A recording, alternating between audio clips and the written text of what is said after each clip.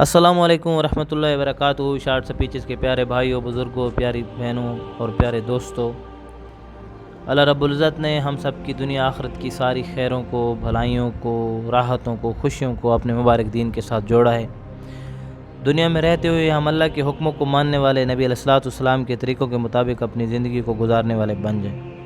بھائیو، دوستو، بزرگوں، دنیا میں جو شیطان ہے ہمارا سب سے بڑا دشمن ہے، ہمیں گمراہ کرتا ہے، ہمارے راستے میں رکاوٹیں ڈالتا ہے اور ہماری آخرت کے لیے نقصان دہ ثابت ہوتا ہے۔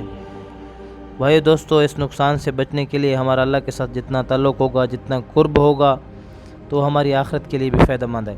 آج جو وظیفہ ہم آپ کے لیے لے کر آئے ہیں، ذو الحجہ سے پہلے آپ نے اس وظیفے کو کرنا ہے۔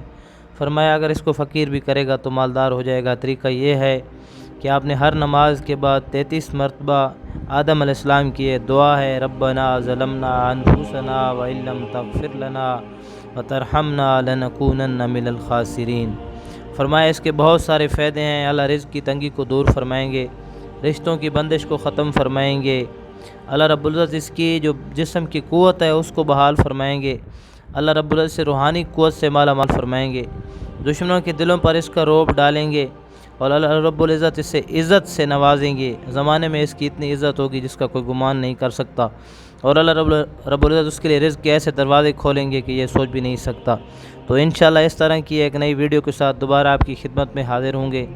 آنے والی اگلی ویڈیو تک کے لیے اپنے بھائی محمد آصف کو اجازت دیجیے۔ تب تک کے لیے اللہ نگہبان، اللہ حافظ۔